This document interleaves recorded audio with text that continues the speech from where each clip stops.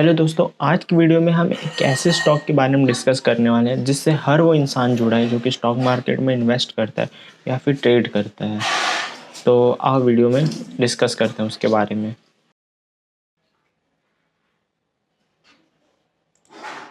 Company का नाम है CDSL, ठीक है। लेकिन ये कंपनी ना कुछ दिनों से बहुत ज़्यादा ही 3% 4% ऐसी वो डेली गिर रही है।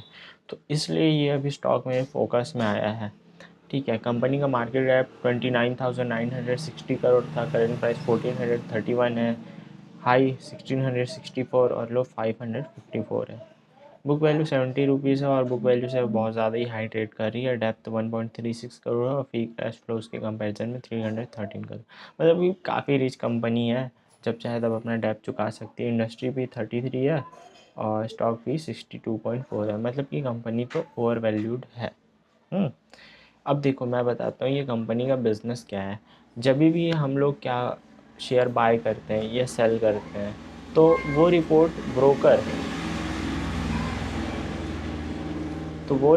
ब्रोकर CDSL या NSDL दोनों में से कोई भी एक, जिसके साथ में उस ब्रोकर का टाई अप रहता है, उसके पास जा कर के रिपोर्ट देता है कि इस इंसान ने इतने शेयर आज बेचे हैं और इसको इतने ख़रीदा है करके। पूरा रिपोर्ट जो है वो CDSL अपने पास में रखती है इलेक्ट्रॉनिक फॉर्म में। और इसके लिए वो चार्ज भी करती है, DP चार्ज और ऐसे ही बहुत सारे चार्ज करते हैं। वो सब है। जब कोई कंपनी अपना IPO लेके आती है तो उस टाइम भी उसको CDSL या NSDL के पास जाना रहता है। और NSDL और CDSL इस सेक्टर में सिर्फ अभी ये दोनों ही कंपनी है। तो इन कंपनियों की मोनोपोली चल रही है, जिसमें भी NSDL लिस्टेड नहीं है स्टॉक मार्केट में और CDSL बस लिस्टेड है स्टॉक मार्केट में। और इस कंपनी के ऊपर मैं लगभग जब मैंने इन्वेस्ट करना चालू किया था 2020-21 में, तब से ये इसके बारे में मैं जानता हूँ और मुझे ये पसंद है। इसीलिए मैं कोई ब्रोकिंग कंपनी में इन्वेस्ट नहीं करता, उसके कंपैरिजन में इसके ऊपर करता हूँ। सही है, क्यों पता है? चाहे 1000 ही ब्रोकर आ जाए, या तो CDSL के पास जाना पड़ेगा या NSDL के पास जाना पड़ेगा। ठीक है, और कुछ नहीं है इसके बारे में। और मैं तुमको थोड़ा सा इसका चार्ट दिखाता हूँ। तो देखो, कंपनी ना लगातार देखो अपना हाई जा रही थी और अभी 23 अगस्त के बाद से वो अभी गिर रही है।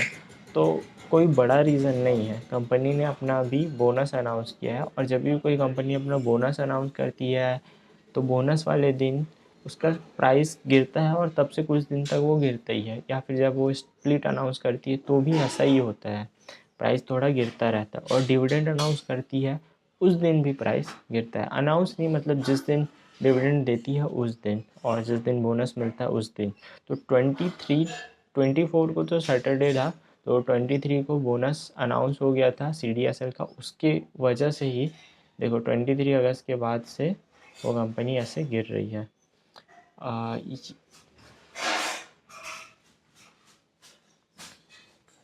कंपनी के प्रोस और कॉन्स भी देखोगे तो ज़्यादा कुछ नहीं है। कंपनी ने डेप्थ कम किया है, डेप्थ फ्री है, गुड क्वार्टर रिजल्ट दे सकती है, 29.9% CAGR है और ROI भी 28.9% है। डिविडेंड पे आउट 55.3% है। 18.5% लास्ट 3 मंथ्स है। कंपनी अपने बुक वैल्यू से 20.4 टाइम्स लो हाई ट्रेड कर रही है और प्रमोटर की होल्डिंग 15% लो है। Promoter has decreased over last 3 years -5%।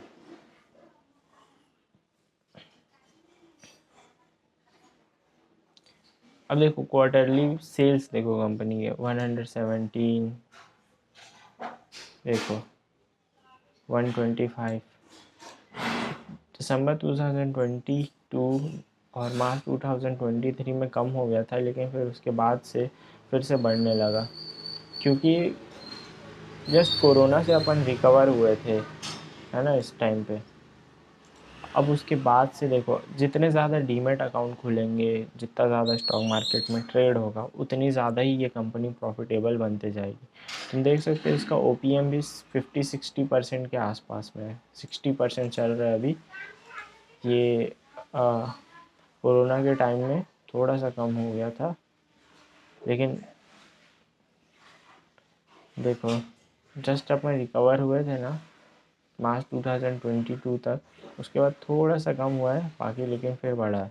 मैं तुमको ईयरली बेसिस पे दिखाता हूँ, क्योंकि ईयरली बेसिस पे देखते हैं अपन, तो देख सकते हो कि लगातार लगातार कंपनी का प्रॉफिट सेल्स बढ़ता गया है। उसके कंपैरिजन में ओपीएम भी देखो, पहले डीमेट अकाउंट कम थे, फिर उसके बाद जब डीमेट अकाउंट बढ़ने लगे 60% के आसपास में ओपीएम है, जो कि बहुत अच्छा है मेरे हिसाब से। बाकी देखो कंपनी जो भी प्रॉफिट कमा रही है वो तो बढ़ ही रहा है, बट उसका वो काफ़ी हिस्सा ऐसे ही डिविडेंड में ही पे कर देती है। देखो अभी कुछ महीने पहले ही इसने अभी डिविडेंड पे आउट किया हुआ है। बाकी अब प्रमोटर्स की शेयर होल्डिंग पैटर्न देखोगे तो प्रमोटर्स की होल्डिंग 20% थी, और इसमें डीआईएस की होल्डिंग अच्छी थी और पब्लिक की होल्डिंग भी थी। बट फिर बाद में धीरे धीरे करके प्रमोटर्स ने अपनी 5% होल्डिंग भी बेच दी, और एफआईआर जो पहले 0% थे उन्होंने ख़रीदना शुरू किया, और अभी थोड़ा सा ख़रीदा है और फिर अभी फिर से बेच दिया है। डीआईएस की होल्डिंग भी 40% थी, वो भी धीरे धीरे कम होके होते होते 24.92% है, और पब्लिक की होल्डिंग बढ़ रही है।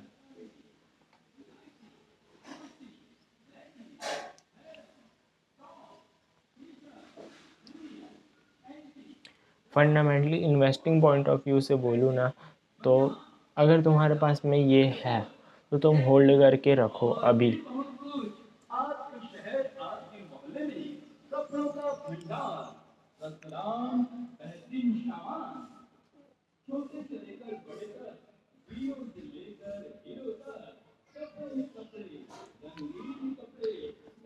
दूसरी बात, क्या हमें बाय करना चाहिए या नहीं करना चाहिए? मेरे हिसाब से तो कभी कंपनी अभी ओवर वैल्यूड है, मतलब कि कंपनी जो है वो, मतलब देखो ना यार, ये है इसका हाईएस्ट पी 75 के आसपास, 75 के आसपास। उसके बाद से इसका पी कम हुआ था, बट अभी फिर से वो बढ़ रहा है। तो कंपनी, मतलब अभी ये टाइम नहीं है, राइट टाइम नहीं है इसको बाय करने का। जब थोड़ा सा और कंपनी कंसोलिडेट करके नीचे आती है ना, और थोड़ा और गिरती है, तब अपन सेल कर सकते हैं, तब अपन बाय कर सकते हैं। और अगर तुम्हें पैसों की नीड है तो तुम इसको सेल कर सकते हो, क्योंकि अपने ऑल टाइम हाई के ही पास में है। देखो 1664 है इसका ऑल टाइम हाई, और अभी करंट प्राइस 1431 रुपीज़ है। ये रहा इसका fundamental investing point of view से। अब मैं तुमको इसको स्विंग ट्रेड के पॉइंट ऑफ व्यू से दिखाता हूँ कि मैं क्या सोच रहा था। तो ये देखो, मैंने अभी डेली टाइम फ्रेम का CDSL का चार्ट ओपन करके रखा हुआ है, ठीक है। ये है कंपनी का ऑल टाइम हाई, ये वाला जो है 1664 रुपीज़ है, ठीक है। और एक जो है वो ट्रेंड लाइन है, वो ये है, ये 1600 रुपीज़ से लेकर के 1564 रुपीज़ के आसपास में कंपनी जो है अपने ऑल टाइम हाई से अभी 16.45% नीचे आ चुकी है, ठीक है। अब देखो, ये मैं हेकिनाशी कैंडलस्टिक पैटर्न खोल के रखा, मैं तुमको नॉर्मल कैंडलस्टिक पैटर्न में दिखाता हूँ। ये देखो, अभी कंपनी का ये जो है ये सपोर्ट जोन है ना, 1431 रुपीज़ के आसपास में उसका सपोर्ट है। तो कंपनी जस्ट अपने सपोर्ट पे ही है। अभी अपने को कुछ टाइम वेट करके देखना है कि क्या कंपनी अपना ये वाला सपोर्ट तोड़ के नीचे आती है क्या। अगर वो इसको तोड़ के आती है तो फिर उसके बाद वो ये वाला जो रेजिस्टेंस है उसको सपोर्ट के टाइप काम करेगा 1260 रुपीज़ के आसपास में। तो अपन यहाँ पे देखेंगे कंपनी क्या कर रही है ना। और उसके अलावा अगर मैं इसको फिबोनाची रिट्रेसमेंट ये जो मैंने लगाया हुआ है, तो अपन ने यहाँ पे लो मार किया और उसको उठा के लेके गया अपन यहाँ हाई तक। उसके बाद ना मैं ये देखता हूँ कि क्या ये 0.5 या 0.6 के बीच में आ रही है, ये ऐसे गिरते हुए, या 0.5 तक आ रही है क्या, बस वही देखता हूँ मैं। अब देखो, अगर ये अभी 0.3 को क्रॉस करके नीचे आ रही है बट 0.5 को टच नहीं किया है, तो फ़िलहाल तो अभी वेट करके अपने को इसको देखना है कि क्या हो सकता है। ये रेजिस्टेंस है, हो सकता है यहीं से ये बाउंस बैक कर जाए, लेकिन ट्रेंड चेंज होगा ना, तो हेकिनाशी कैंडलस्टिक पैटर्न उस टाइम मेरे काम आता है। मैं क्या करता हूँ, जब भी ऐसा ये जैसा ये डोजी कैंडल ग्रीन वाला बनता है और उसके बाद जो नेक्स्ट कैंडल होता है उसकी बॉडी अच्छी रहती है और ऊपर में ऐसा कैंडल बनता है, बार बनता है, तो फिर मैं सोचता हूँ कि अब ट्रेंड चेंज होने वाला है, अब आएगा अब ट्रेंड, उसके बाद मैं बाय करता हूँ। बट यहाँ पे ऐसा कोई सिग्नल तो मिल ही नहीं रहा है। अभी ये देखो डाउन ट्रेंड ही चल रहा है, तो वेट करना है यहाँ पे कब डोजी कैंडल बनती है और उसके बाद वाली कैंडल को भी देखना है कि क्या वो इस टाइप की कैंडल बनती है क्या, उसके बाद हम लोग इसमें ट्रेड प्लान कर सकते हैं। फ़िलहाल तो मेरा सजेशन यही रहेगा कि अभी तुम वेट कर रही है, देख सकते हो कि ये क्या चल रहा है, क्योंकि कंपनी ओवर वैल्यूड है अभी।